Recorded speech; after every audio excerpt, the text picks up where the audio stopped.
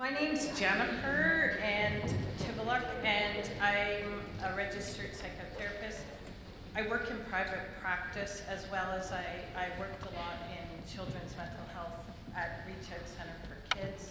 So I saw a lot of kids with ADHD, and my practice is primarily around students and adults with ADHD. I have a whole team of people helping me, and a lot of them have ADHD. My son Nicholas, my husband Will, Carol, Sabrina, and Alex. That's not saying they all have ADHD, just some of them. And as you can guess, I have ADHD as well. So today I'm going to do the presentation on ADHD and executive functions. It took me a long time to figure out how important this was because I'm older. I grew up late 60s, 70s, but I was diagnosed with ADHD at a really young age. I had a pediatrician who was quite advanced. And as a girl, I didn't present as inattentive, I was hyper, so I was getting in trouble all the time. And I think that's why I got flagged, because I was like a boy. And I always thought, until I went back and did my master's, that it was just about attention. And then the more I researched and everything, the more I realized how kind of pervasive having ADHD is. It's not just for school, it's as an adult, a mother, a worker, and it affects kind of every part of your life. And how it manifests in our lives is through executive functioning challenges. So everyone, this presentation is going to look at, it's going to be a little bit around education around executive functioning, a little bit about science, and I'm going to talk about how to build your own scaffolding. And then I wanted to do a lot of hands-on stuff because ADHD people get bored. I didn't want to have you just sitting there, so I thought we could do something. Maybe we could exchange ideas afterwards and see if we all come up with some interesting creative solutions, which maybe we can share with each other. So I'm going to have my colleague Sabrina is going to take notes of interesting solutions, and if you want, we can post them somewhere or send them out to people just to have as a database of things to look at if you're stuck with anything. So this is Executive Functioning 101. So what are executive functions? I'm using a lot of Peg Dawson's work. I'm currently training with her in like the executive functioning coaching model. So when I use her model for executive functions, there's lots of different models, but for this purpose of this one, I'm using Peg Dawson. So executive functions are a broad range of high-level information processing functions that are crucial to success in life, especially an adult. So the way now I see it is these are all the things we need to move forward in life. They're what keeps us going and moving in a direction forward. So another important point is that they're brain-based cognitive processes that help us to regulate our behavior, make decisions, and set and achieve goals. They improve with practice, and they start from birth to age 25. In neurodevelopmental people, or neurotypical people, they finish at age 25. Neurodiverse people, they finish developing around the age of 30. And that piece right there, that differential between 25 and 30, that also kind of causes some issues because of university and starting to work. We're a little bit behind in some areas that way. So I said I'm using Peg Dawson's model. The way, actually, Barkley has this great video, how to treat ADHD based on science.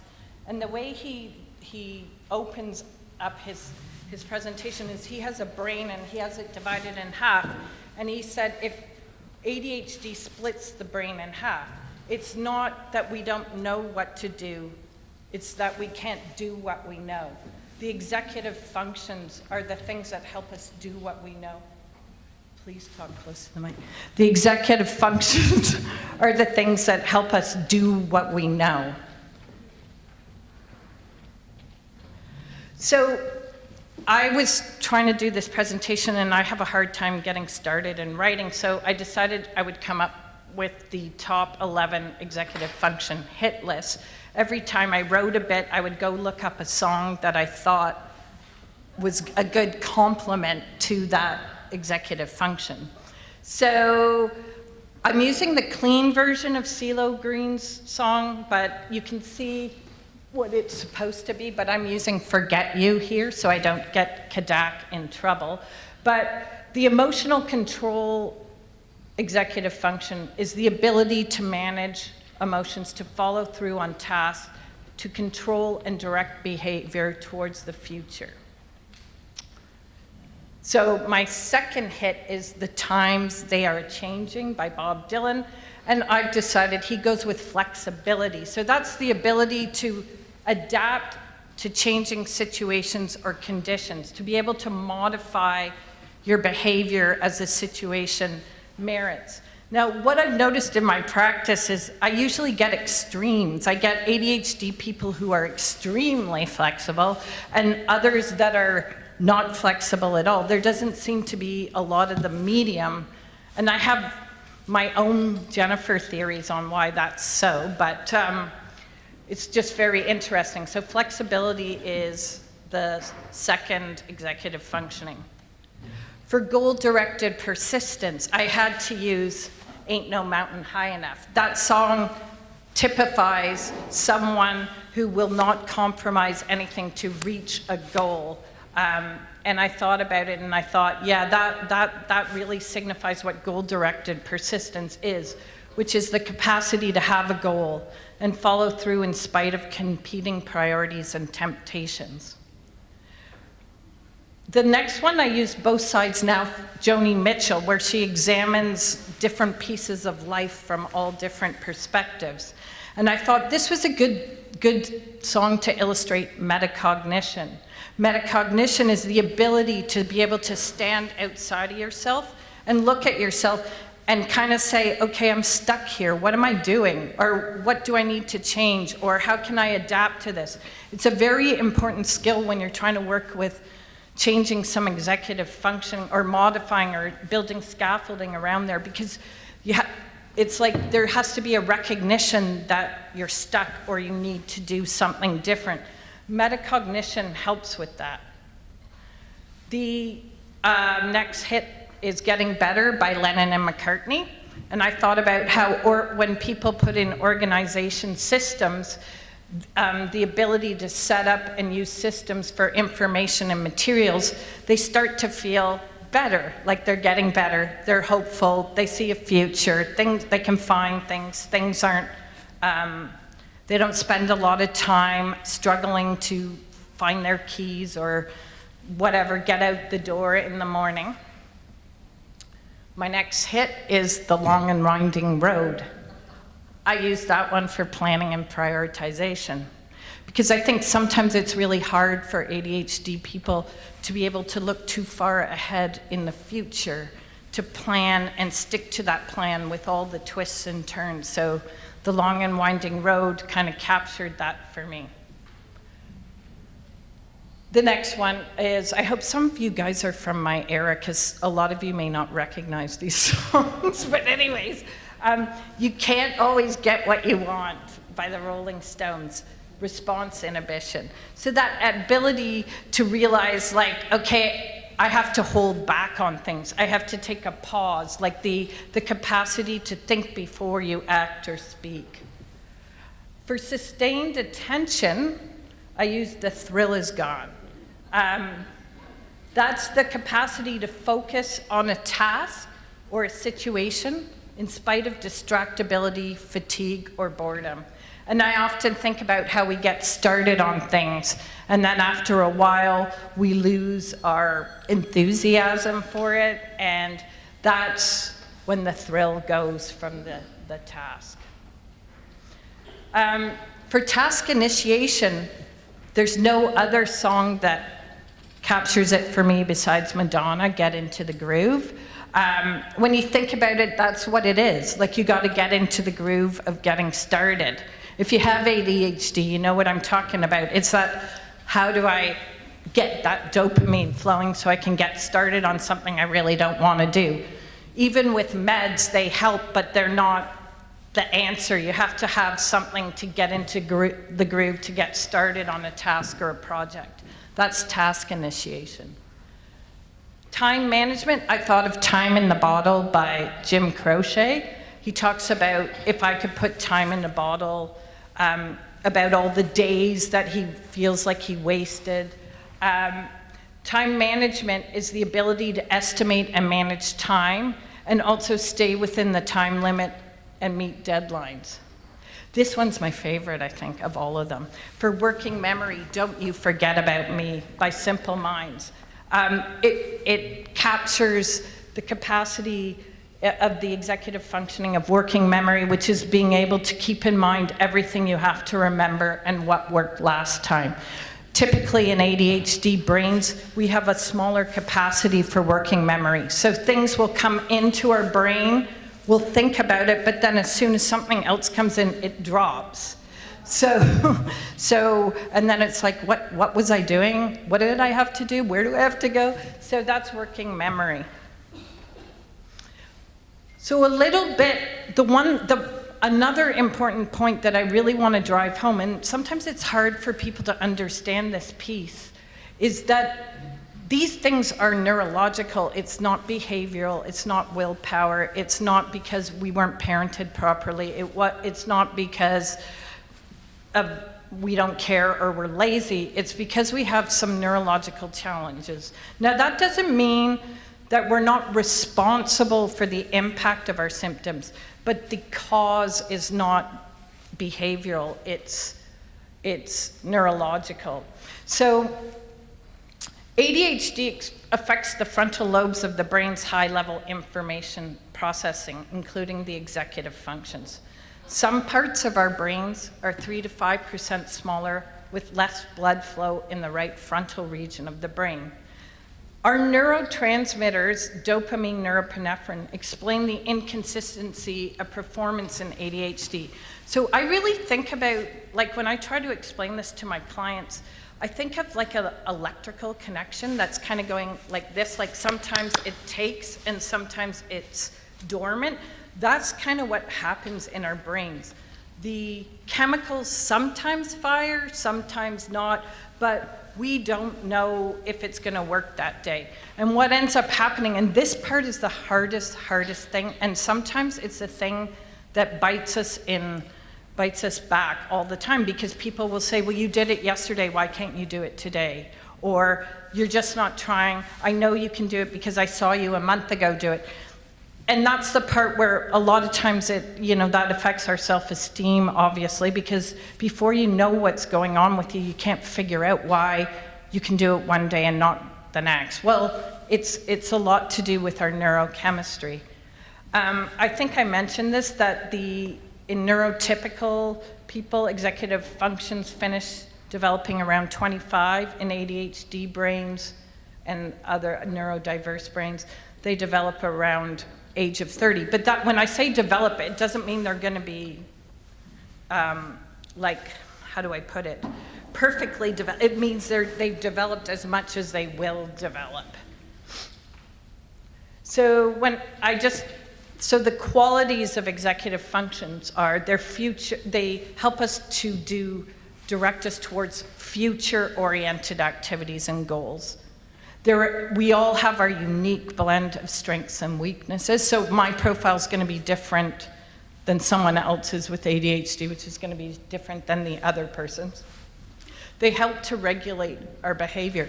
This is really one of the key points around the executive functioning and ADHD, because it's marketed as an attention disorder, but really it's a regulation disorder. When I think about it, what really helps my clients more is when I talk about regulation. I have this vision of a pendulum that swings a little bit like that, and it stays within this range, But with ADHD, it's like the mechanism for the pendulum isn't there, and it swings way over and way across. And it doesn't just affect attention, it affects our sleeping. It affects our emotions. It affects our impulses. It affects our attention. So it's more than just attention. It's in all areas of our lives, or a lot of areas of our lives. It also affects the sense of time and the passage of time. Russell Barkley talks about ADHD people as having time blindness. They just don't have the mechanism to feel the passage of time. So that's important. Am I 30? So I hope a couple of things for you guys to take home. And this is when I work with kids and their parents, this is the point that I try to drive home, because a lot of times we get, can you fix my kid? Like, they don't listen, they get in trouble at school and whatever. But what I try to get through is ADHD is like a neurodevelopmental disorder, and it affects the executive functions. It's not a behavioral disorder, and it does have real neurological reasons behind everything. So I wanted to find some cute quotes for doing my exercise that's coming up, and I thought about how we tend to, with ADHD, get stuck in doing the same thing over and over again, like trying harder, using our willpower, and it doesn't work. Well, I guess Ben Franklin said the definition of insanity is doing the same thing over and over again and expecting a different result. Then Albert Einstein said, we can't solve problems by using the same kind of thinking we used when we created them. And then Stephen Hawking said, one of the basic rules of the universe is that nothing is perfect. Perfection simply doesn't exist. Without imperfection, neither you nor I would exist. And this is the weird thing. Apparently they all have ADHD. I didn't know this. This was just from my research for this presentation, so I thought that was kind of interesting. So the thing is these executive functionings they're pervasive in our lives. So when we talk about treating ADHD or working with ADHD, part of the solution is the medication can help, but it doesn't build skills. There's that saying, pills don't build skills. So we have to build our own executive functioning. It's like building something outside of yourself, like outside your brain, like an external hard drive, because you can't rely on this for certain things. And that's why the first thing when I work with clients is to help them understand how ADHD impacts their executive functioning. So which areas of your life is it coming into? And part of the exercise I'm doing with you guys, I've left little booklets, and there's the executive functioning assessment in there. Once you understand your your profile, then you can start to look at, okay, instead of trying harder here, I have to build things outside myself to help myself get things done. So it's like making environmental modifications. I look at it like a password control. You know how they say you do your first password and then they say you need more to make it stronger and then more to make it like the strongest. So it's like you can start with one environmental modification that might help you 10% of the time. But then maybe if you add something else, you're gonna get up to 40, and then maybe one more, 50 or 60, and then maybe you just accept that 40% I might not be able to make it, but 60% I will. And that's better than, say, 0. So it's all about progress. So here I say when you're designing, you need to think about what you can use to externalize your executive functioning. And I'm thinking about person, place, or thing. You can be creative and think out of the box. There's some really interesting solutions out there that people have done just to kind of support themselves, and like done totally differently than neurotypical, but they do the job. And, you know, in the end, we just want to be productive and get on with our lives. You need to be realistic about how much you can improve your executive functions in certain areas. Some people I've seen, like, their working memory is so, like, it's non-existent, and they struggle so hard just on that one thing. So then it becomes, okay, maybe we have to look at, like, outsourcing this. Like, let's look at solutions, how we can build something where because if you only have 100% brain resources and you're using 60% to mitigate this working memory problem, you're not being able to use your strengths. And that's what life's about. It's about showing your strengths, not just working on your weaknesses. So there's times when you have to consider some radical solutions for things. So, and again, it's about using external devices, notebooks, people, Post-its, and insight strategies. So what's the pitfalls to doing it yourself, scaffolding? Well, one of the things I notice is if you're not realistic in your goals, like you're expecting to get it right 100% of the time, then what happens to people is they often, the first time they don't do something the way they think they should, they give up and say, look, this is another thing that didn't work for me. So the most important thing is to be realistic. If you're at 0, you're not going to go to 100, maybe 15, 20, 25, then let's look at how we could get it, you know, increase it, but giving up too quickly. Again, it's that all or nothing thing sometimes, like I have to have it right all the time or I'm wrong, and that can result in just like abandoning things. This is the interesting one, not using external environmental modifications. So with working memory, I have so many people, like, our working memory is compromised, and we look at kind of what's going on with them. Okay, tell me, let's think about a solution to this, or how can we modify this? Well, I'm just gonna try harder to remember to do that. And I'm like, no, you can't, because your memory doesn't work. You have to factor this out. We have to build something outside your environment. So even though people know logically that they have this kind of challenge, they don't incorporate, or they still incorporate that weakness into kind of solving the problem. That gets back to that Stephen Hawking saying. A lot of people rely on sheer will to get things done, which leads to burnout. So that's like forcing, pushing, brute force. A lot of people who have high intelligence, for example, they can brute force their way through school up to a certain point, and then you'll see them, like, a lot of times I'll see a crash at a certain point, like when they get to a certain point in university, because they can't brute force intellectually the way they could when they were in high school.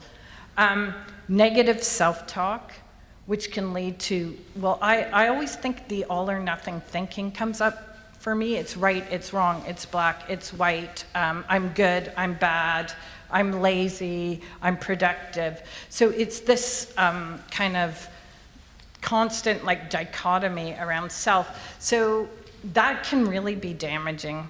And that's hard to kind of identify, because most people have developed that pattern since they were a kid from the feedback they got from the environment. And the other pitfall is not incorporating what you learned the first time you did it back into the solution. Because if it kind of worked when you were doing something, but it didn't fully work, you got to take in that learning and put it back in and say, okay, this part worked, but this, forget this, and retweak it for yourself. So when you're trying to design executive functioning scaffolding with yourself, or if you're whatever capacity you work with an ADHD person, we have to remind ourselves of benefits. We have to keep our mindset and remind ourselves of the benefits we're trying to get. 10 is better than 0, 15 is better than 10, 20 is, so 1 is better than 0. You know what I'm saying? So we also have to have a flexible and detective mindset. So that means like really being open to different ways of doing things and maybe different standards. For instance, if you have a messy room and your expectation of yourself is that it's going to be perfectly clean every single day, you're going to fold your clothes and put them away every single day. I don't know, that might not be realistic if you have organizational problems or challenges and you're too busy and overwhelmed with life. So the way I do it is I don't care about my clothes 6 days of the week, and then 1 day a week I put everything away.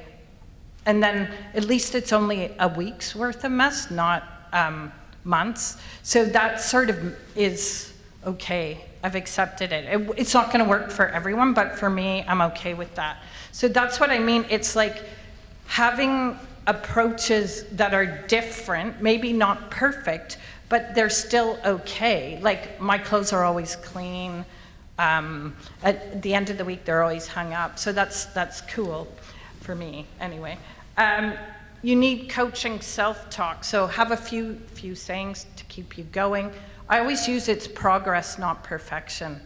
Like all we're talking about is like moving forward a little bit. It doesn't have to be a lot, just a little.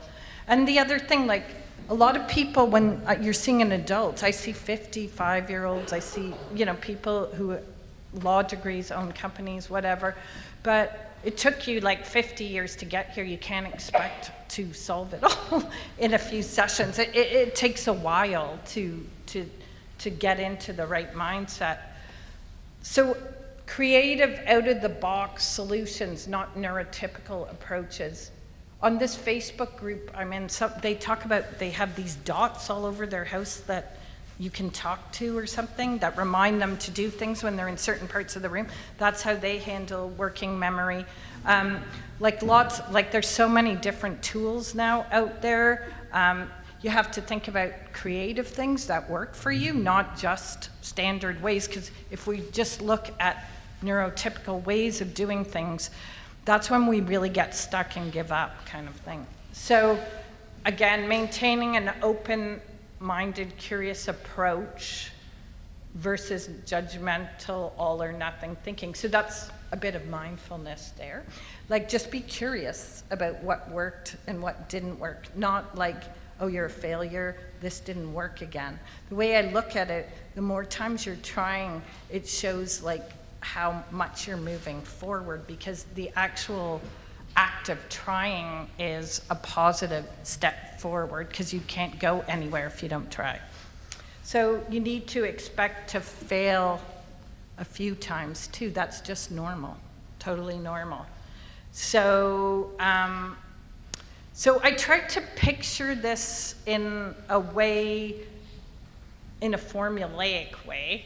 So when you're designing your scaffolding, I was thinking like, you need to think about what's your acceptance factor? Like, how many times am I going to accept? Or what percentage of the time do I want to get it right? Like, if I'm aiming for to be on time at work every day, is that realistic? Like, I'm late every day right now. So maybe if I can be on time once this week, then I've moved forward. So then I'm accepting 80%, looking for 20%, and over time I can build in more modifications to maybe get myself up to, I don't know, 80%, and maybe talk to my boss and tell him what I'm. So there's ways of, different ways of looking at that. Can you build a reward in for your completion? So like when I was doing my presentation, my reward was looking up songs and getting like a real thrill when I found one that I thought was kind of cool. So that was my little pop of dopamine for doing the presentation. What did you learn when you tried? Did you learn anything? Always, like, I use failure, or quote unquote failures, as a way of, it's not a failure, it's just like, let's look at what happened.